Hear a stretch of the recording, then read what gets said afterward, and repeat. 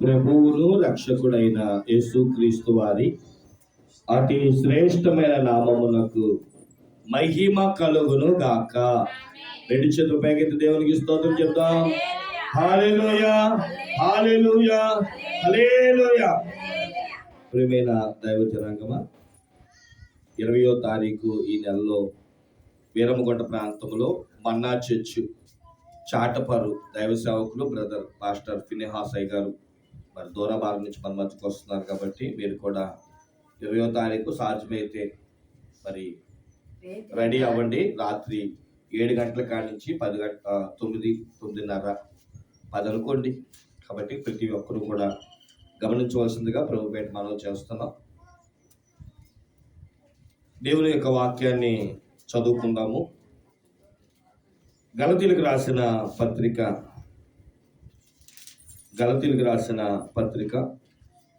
4వ అధ్యాయము 4వ వచనము చదువుకుందామండి. గలతీలకు రాసిన పత్రిక 4:4. అయితే కాలము పరిపూర్ణమైనప్పుడు, క్రొత్త నిబంధన 170వ పేజీ. అయితే కాలము పరిపూర్ణమైనప్పుడు దేవుడు తన కుమారుని పంపెను. చాలండి. చదవబడిన వాక్యాన్ని మనం పరిశీలించిన వారమైతే మనం అందరం కూడా క్రిస్మస్ యొక్క మాసంలో మనం ఉన్నాం. యేసుక్రీస్తు ప్రభు వారి యొక్క పుట్టుక, గొర్రెల కాపరుల యొక్క దర్శనము, జ్ఞానుల యొక్క ఆసక్తి, దేవదూత యొక్క ప్రత్యక్షత, యేసు ప్రభు వారి యొక్క జననము గురించిన వర్తమానాలు మీరు అనేకముగా వింటూ ఉన్నారు. నేను కూడా మన అనుదిన మన్నాలో ప్రతిరోజు ఒక 10-15 నిమిషాలు కేవలం క్రిస్మస్ ప్రసంగాలే ఇవ్వడం జరుగుతుంది. గమనించండి. ఈరోజైతే యెరూషలేము దేవాలయంలో జరిగిన 3 సంఘటనలు, అనగా యెరూషలేము దేవాలయంలో ఉన్న క్రిస్మస్, అలాగే సుమియోను ముసలి వారు చేసిన క్రిస్మస్, అలాగే నాయకులు చేసిన క్రిస్మస్, ఇలాగా స్త్రీల క్రిస్మస్, పురుషుల క్రిస్మస్, దేవదూతల క్రిస్మస్, గొర్రెల కాపర్ల క్రిస్మస్ అంటూ చాలా క్రిస్మస్ల గురించిన వర్తమానాలు, గ్రామాలు బెత్లెహేము, యాఫ్రాత, ఇవన్నీ గురించిన చరిత్రలు చెప్పుకుంటూ వస్తున్నాం. అయితే గలతీలకు రాసిన పత్రికలో 2 మాటలు నన్ను చాలా ఆకర్షించింది. మొన్న దేవుని వాక్యం చెప్పడానికి నేను కూర్చున్నప్పుడు మత్తయి సువార్త 2వ అధ్యాయం 7వ వచనంలో నన్ను ఒక మాట చాలా ఆకర్షించింది. ఏంటా ఆ మాట అంటే, హేరోదంట జ్ఞానులను రహస్యంగా పిలిపించి నక్షత్రపు యొక్క కాలాన్ని గురించి అంట పూర్తిగా తెలుసుకున్నాడంట. ఎలా తెలుసుకున్నాడు? చదవండి ఒకసారి. మత్తయి సువార్త 2వ అధ్యాయం 7వ వచనం.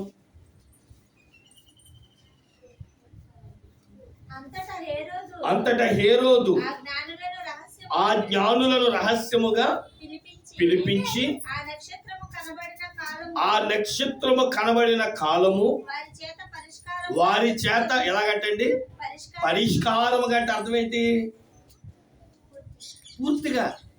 ఈరోజు ఒక మాట చెప్పండి, క్రిస్మస్ గురించి నీకు ఏం తెలుసు? పూర్తిగా ఇంటి మీద స్టార్ ఎందుకు పెట్టాలి? ఈ టైంలో శాంతా క్లాసు, అదేనండి మన కిస్మిస్ తాత ఎక్కడి నుంచి వచ్చాడు? ఈ సంవత్సరం ఏ నెలలో జరగనట్లుగా గిఫ్ట్లు ఎందుకు పంచాలి? మనం స్టార్ ఎందుకు పెట్టుకోవాలి? తాత ఎక్కడి నుంచి వచ్చాడు? కొన్ని విషయాలు, అసలు క్రిస్మస్ జరుగుతున్నప్పుడు క్యాండిల్ ఎందుకు వెలిగిస్తాం? చాలా మందికి చాలా విషయాలు తెలియదు. కానీ హేరోదు నన్ను కొంచెం ఆకర్షించాడు. ఏమో తెలుసా? ఆ నక్షత్రం యొక్క కాలాన్ని పూర్తిగా తెలుసుకున్నాడు, క్షుణ్ణంగా తెలుసుకున్నాడు. మరి ఎంతమందికి గలతీలకు రాసిన పత్రిక నేను అనుకున్నాను, ఓహో కొన్ని పూర్తిగా మా బిడ్డలకు తెలియాలి అని. అందులో నక్షత్రాల గురించి నేను మొన్న వివరించాను మన అనుదిన మన్నాలు. ఈరోజు నేను కాలాన్ని గురించి నేను మాట్లాడాలనుకుంటున్నా. ఏ కాలం గురించి అని అంటే, యేసుక్రీస్తు ప్రభువారంట ఈ భూమి మీద పుట్టడానికి ఆయనకి కాలము అనేది పరిపూర్ణం అవ్వాలంట. పరిపూర్ణం అంటే పూర్తి అవ్వాలంట. ఓ చెట్టుకి కాయ కాయాలనుకోండి, ముందు పూత, దాని తర్వాత పింద, దాని తర్వాత కాయ, మళ్ళీ ఆ కాయ కూడా పండాలా మగ్గాల ఇది అంటారు కదా సంథింగ్. అప్పుడే దాన్ని తినగలం, దాన్ని ఆస్వాదించగలం.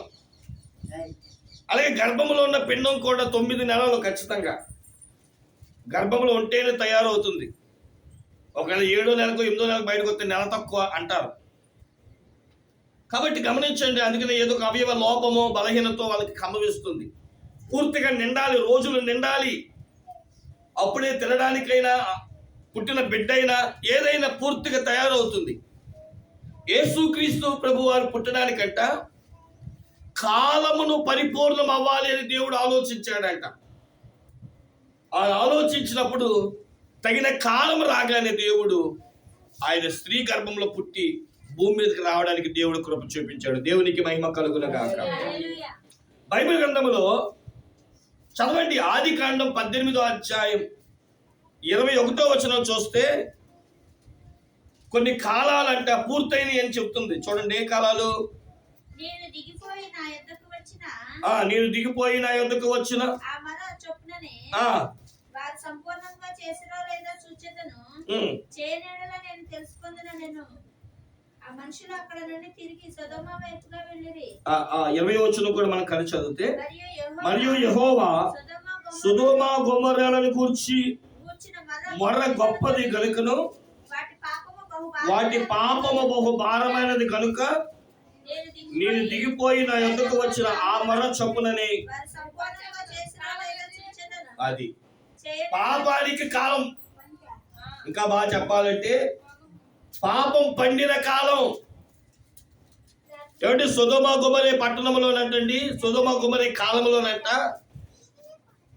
దేవుడు అబ్రహాము దగ్గరికి వచ్చి సొదొమ గొమొర్రా గురించి మాట్లాడుతుంటే దేవుడు ఇలా అంటున్నాడు, అయ్యా సొదొమ గొమొర్రాలో ఉన్న పాపం అంట దేవుని దగ్గరికి వచ్చి, దేవుడా మనుషుల పాపం పండింది, పాపమైన నేనే ఆ పాపాన్ని చూసి తట్టుకోలేకపోతున్నాను, కాబట్టి ఆ యొక్క పాపం పండిన ఆ కాలాన్ని బట్టి వారిని శిక్షించు ప్రభువా అంటుంది. అంటే ఇక్కడ మనం ఏం చూడవచ్చు అంటే పాపం కూడా పండిన కాలం ఒకటి ఉందంట. దేవునికి స్తోత్రం కలుగు.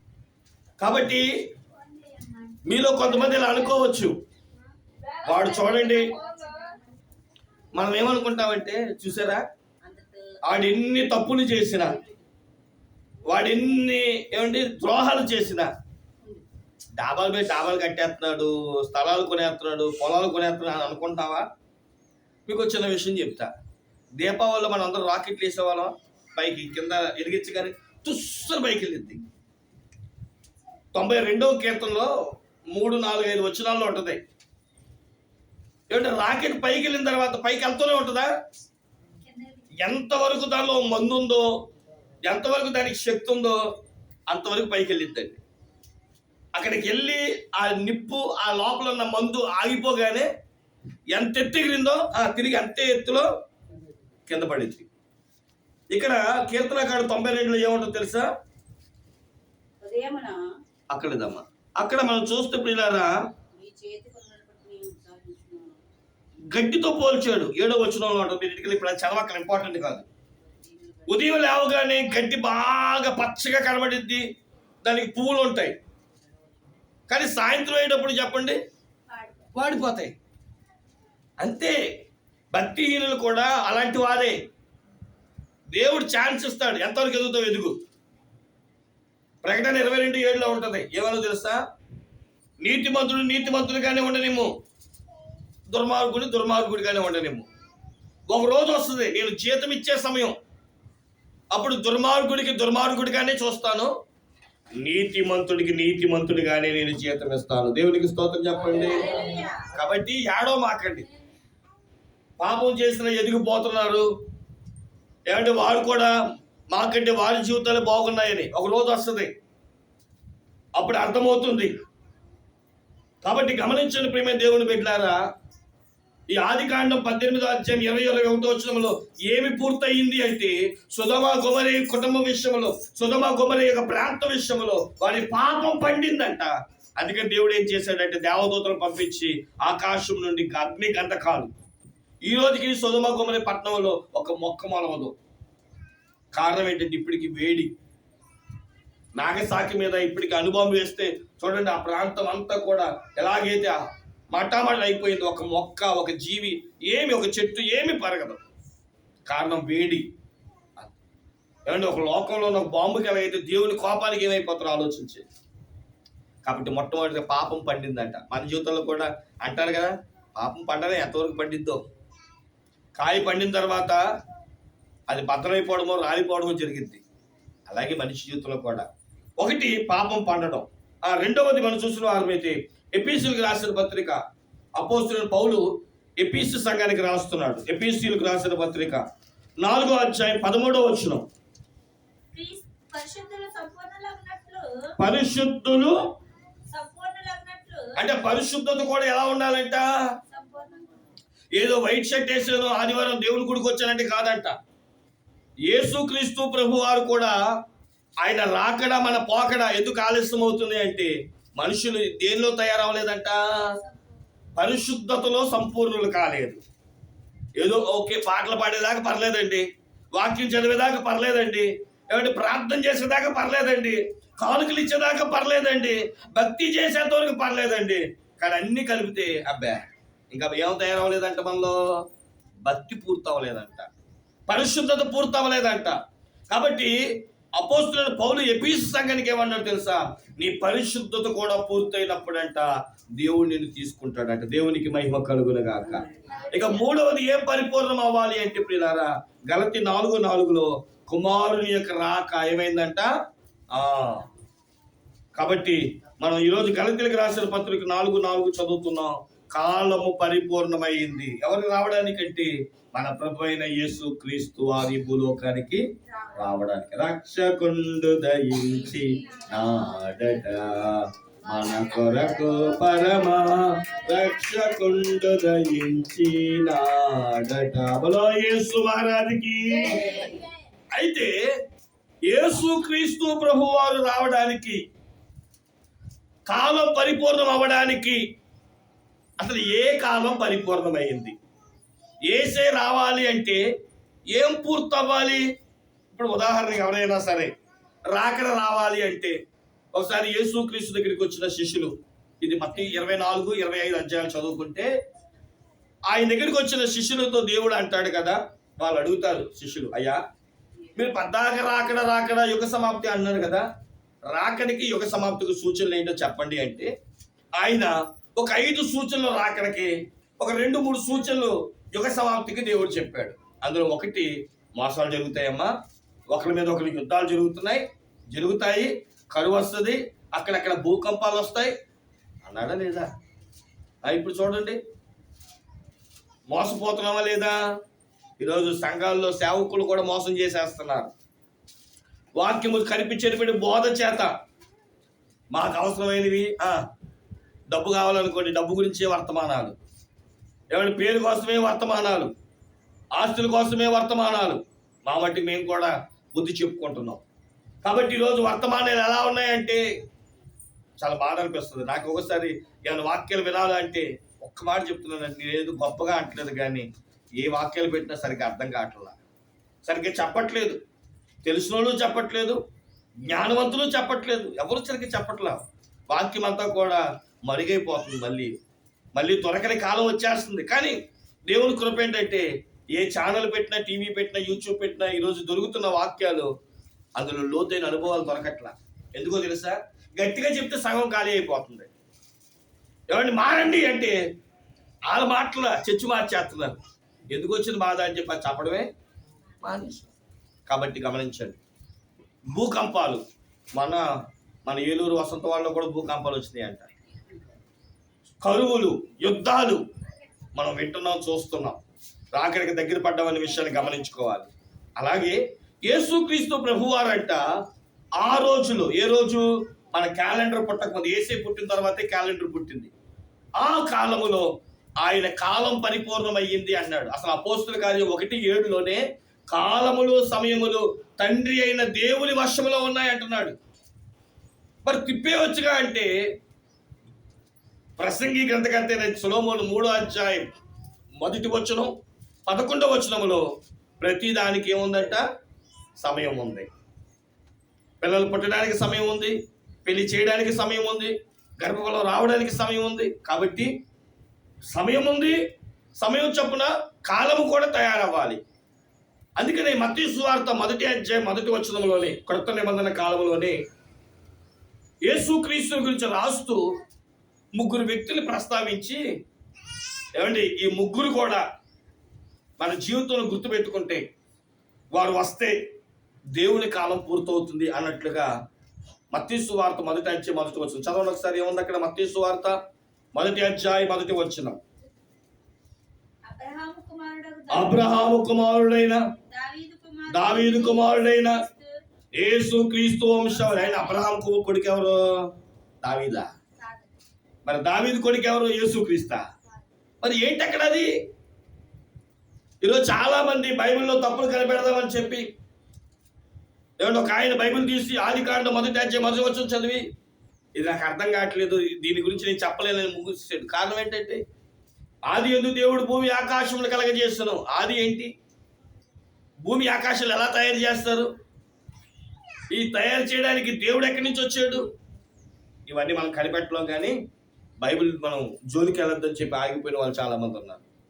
వీళ్ళు చాలా మంది అక్షరాన్ని చదివి ఏమంటే అపార్థాలు చేసుకుంటున్నారు. అబ్రహాము యొక్క కుమారుడు అంటే ప్రియులారా, అబ్రహాము ఎవరు అసలు? ఆదికాండం 22వ అధ్యాయం మనందరికీ చరిత్ర తెలుసు. దేవుడు అబ్రహాము కుమారుడైన ఇస్సాకుని 100 సంవత్సరాల వయసులో ఉన్నప్పుడు, శారా గర్భవతి 90 సంవత్సరాల వయసులో ఉన్నప్పుడు కని 100 సంవత్సరాల ముసలివాడైన అబ్రహాము చేతిలో పెట్టింది. అబ్రహాము తన కుమారుడిని అల్లారు ముద్దుగా పెంచుకుంటున్నాడు ఆ ముసలితనం అంది. ఒకానొక సమయంలో దేవుడు అబ్రహాము దగ్గరికి వచ్చి, అబ్రహామా నీ కుమారుడు కావాలి అంటే, ఆయన మనసులో ఎలా అనుకొని ఉంటాడు, ఇష్మాయిల్ ఇచ్చేద్దాం, పనమ్మాయి కొడుకే కదా, నాకు పుట్టినవాడే కదా అని అనుకున్నాడు. కానీ దేవుడు చాలా చక్కగా చెప్పాడు, నీ కొడుకు అనగా ఇస్సాకు.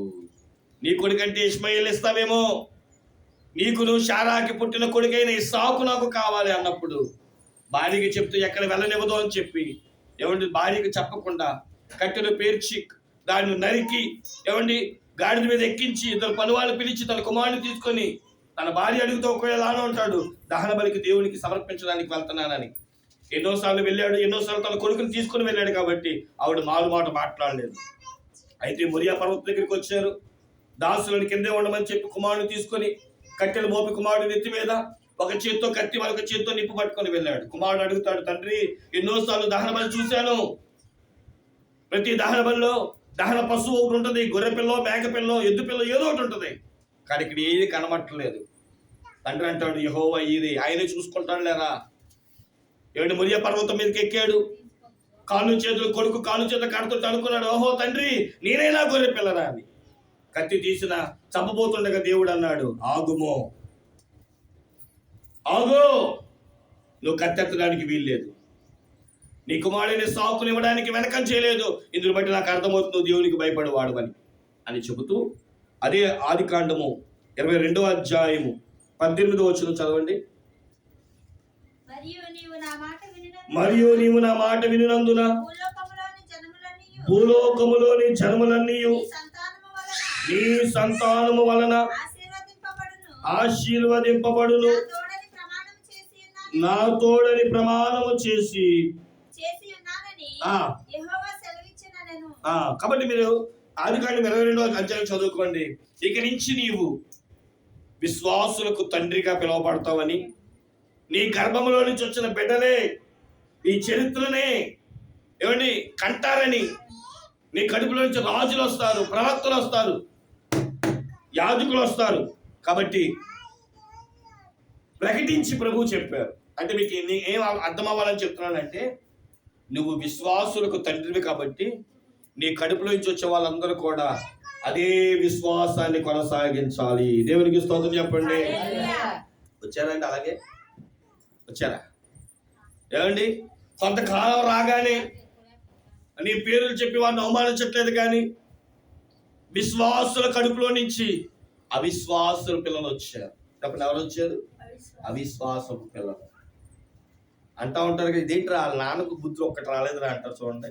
అలాగా తండ్రి ఏమో విశ్వాసులకు తండ్రి, కానీ పుట్టిన కొడుకులు తరతరమనికి వచ్చేటప్పటికంట మారిపోయారంటండి, మారిపోయారు. కాబట్టి దేవుడు అబ్రహాము కుమారులో నుంచి రావాలనుకున్నాడు, కానీ అబ్రహాము కుమారులు విశ్వాసులు లేరు కనుక మళ్ళీ అక్కడికి కాలం ఏమైపోయిందంటే ఆగిపోయింది. దాని తర్వాత దేవుడు తన యొక్క ఇష్టడైన దావీదు యొక్క వంశం నుంచి రావాలనుకున్నాడు. ఏమంటే అబ్రహాము కాలంలో విశ్వాసులకు తండ్రిలో నుండి విశ్వాసులకు కర్తగా రావాలనుకున్నాడు, కానీ రాలేకపోయాడు. అయినప్పటికీ అదే విశ్వాసులకు తండ్రిలో నుంచి దావీదు వచ్చాడు. దావీదు ఎవరో తెలుసా అండి? రాజు, యెహోవాకు ఇష్టుడు. అలాంటి ఇష్టులైన రాజుల వంశం నుంచి వద్దాం అనుకున్నాడు, కానీ సొలొమోను తర్వాత రెహబాము కానించి రాజ్యము ముక్కలైపోయింది. యూదా రాజులు ఇశ్రాయేలు రాజులుగా వారు విడిపోయారు. ఇంకో మాట చెప్పమంటారా? ఇశ్రాయేలు రాజులు ఆ 10 మందో 14 మంది వచ్చారు, కానీ దుర్మార్గులండి వాళ్ళు, దుర్మార్గులు. అందుకనే దేవుడు దావీదులో నుంచి వద్దాం అనుకున్నాడు, కానీ రాజవంశకులుగా వద్దాం అనుకున్నాడు, కానీ రాజసింహాసనం మీద వద్దాం అనుకున్నాడు, కానీ ఆయన కడుపులో నుంచి వచ్చిన బిడ్డలు కూడా ఏం కాలేకపోయారంటే అండి, విశ్వాసులుగా మారలేకపోయారు. కాబట్టి దేవుడు అబ్రహాము కుమారులో నుంచి తదుపరి ఏమండి రాజైన దావీదు యొక్క వంశంలో నుంచి వద్దాం అనుకుంటే ఆ కాలం అంటే అక్కడికి ముక్కలైపోయినట్లుగా మనం చూస్తున్నాం. తర్వాత ప్రభువారు ఎలా రావాలనుకున్నారని బైబిల్ చెప్తున్నారు అంటే ప్రియమైన దేవుని బిడ్డలారా, యెషయా గ్రంథం 7:14 ఆహాజు యొక్క వాగ్దానమును, మీకా గ్రంథం 5వ అధ్యాయం 2వ వచనములో బెత్లెహేము తయారవ్వాలి. ఎందుకంటే ఒకప్పుడు బెత్లెహేము పేరు బెత్లెహేము కాదు. కాబట్టి బెత్లెహేము, యాఫ్రాతా వాటి యొక్క వంశం నుంచి రావాలనుకున్నాడు. దాని తర్వాత దానియేలు దగ్గరికి వస్తే ఎవరి మాదీయ సామ్రాజ్యము, బబులోను సామ్రాజ్యం, తర్వాత మాదీయ సామ్రాజ్యం యొక్క 4 సామ్రాజ్యాల నుంచి రావాలనుకున్నాడు.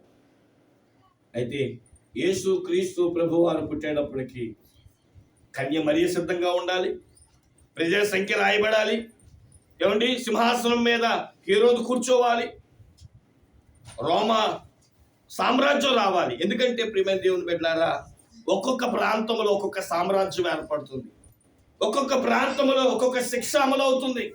మీకు బాగా అర్థమయ్యేది చెప్తాను. యేసుక్రీస్తు ప్రభు వారు శిలువ మీద చనిపోవాలనుకున్నాడు. ఒకవేళ ఆ యేసుక్రీస్తు ప్రభు ఇప్పుడు పుట్టారు అనుకోండి, మనకి మరణ శిక్ష ఏంటి? ఉరి.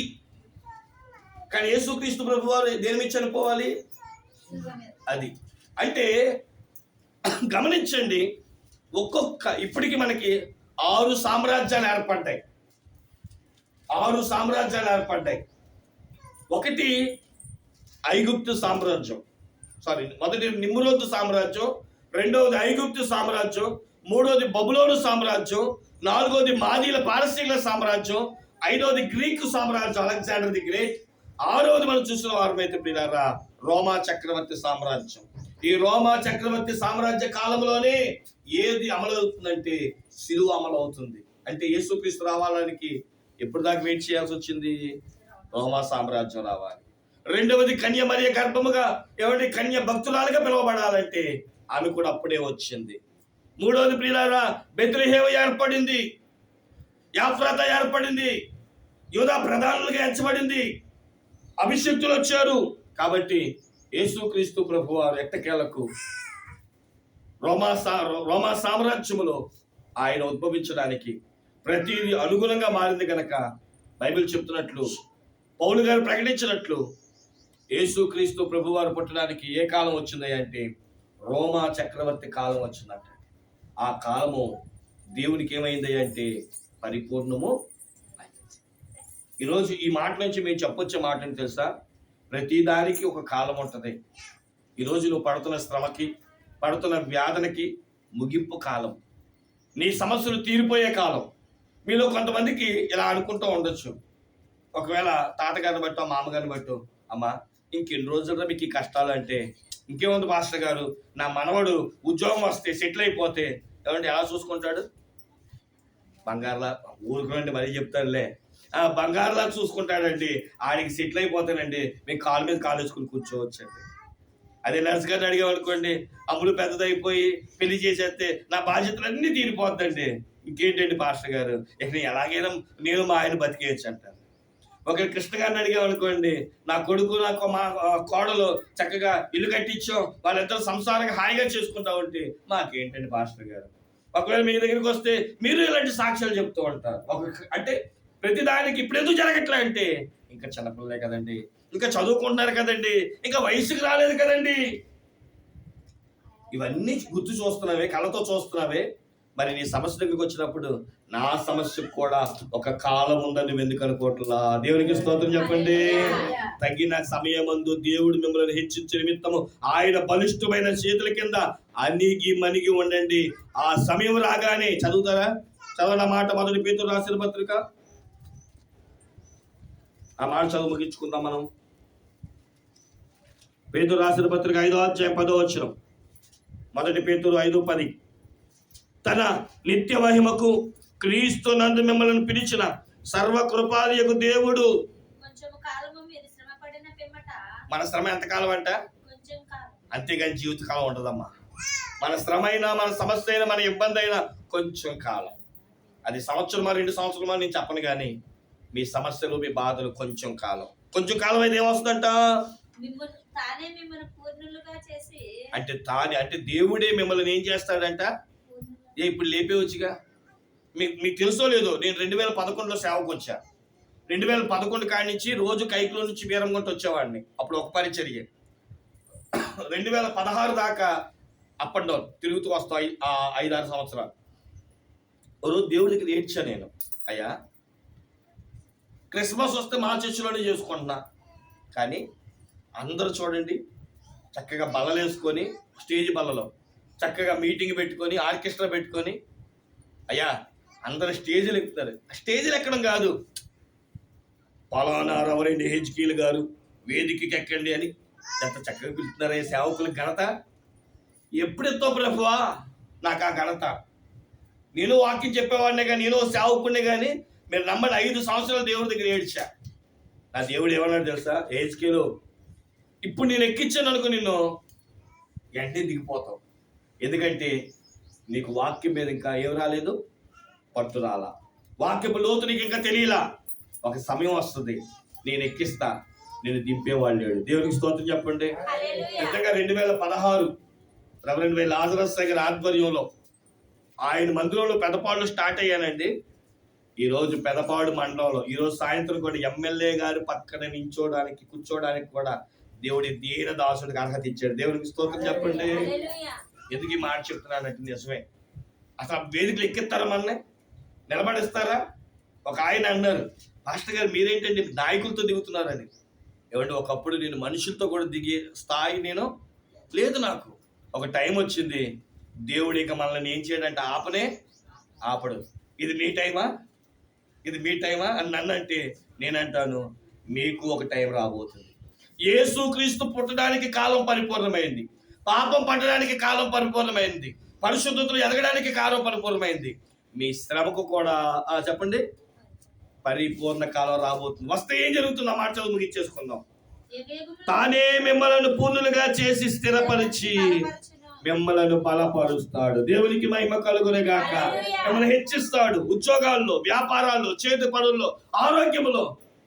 ఇక కాలు మీద కాలేసుకొని నాకేమి కొదువా నాదుడుండా, ఇక నాకేమి కొదువా నాదుడుండా. అంటే ఇక నాకేం కొదువయ్యా? అప్పులా లేవు, కొడుకు పెద్దోడయ్యాడు, ప్రయోజకుడు అయ్యాడు, కూతురు ఎన్ని చేశాను, పిల్లలు పుట్టారు, ఇక మాకేంటి? నీ కాలము, నీ టైం రాగానే దేవుడు నిన్ను పరిపూర్ణులు చేసి హెచ్చిస్తాడు, బలపరుస్తాడు. దేవుడు మిమ్మల్ని స్థిరపరచునుగాక. యేసే పుట్టడానికి ఏమొచ్చిందంట? కాలము పరిపూర్ణమైంది. ఇది ఈరోజు మన సందేశం. ఆయనకి టైం వచ్చింది, ఆయన వచ్చేసాడు, కుమారుడిగా వచ్చేసాడు, ఆశ్చర్యకరుడిగా, ఆలోచనకర్తగా, బలవంతుడైన దేవుడిగా, నిత్యులకు తండ్రిగా, సమాజానికి అధిపతిగా వచ్చాడు. చేయవలసినవన్నీ చేశాడు. ఈరోజు ఆయన అంటున్నాడు, నీకు చేయడానికి కూడా టైం రావాలమ్మా. ఆ టైం వచ్చినప్పుడు కుమారుడిగా పుట్టినట్లుగా నీ జీవితంలో కార్యాలు జరుగుతాయి. దేవుని చెత్త మీద వసంత వీరమగుంటలో కుమారుడిగా ఎందుకు పుట్టాడో తర్వాత సందేశాన్ని మేము అందిస్తాం. దేవుడి మాటలు దీవించును గాక.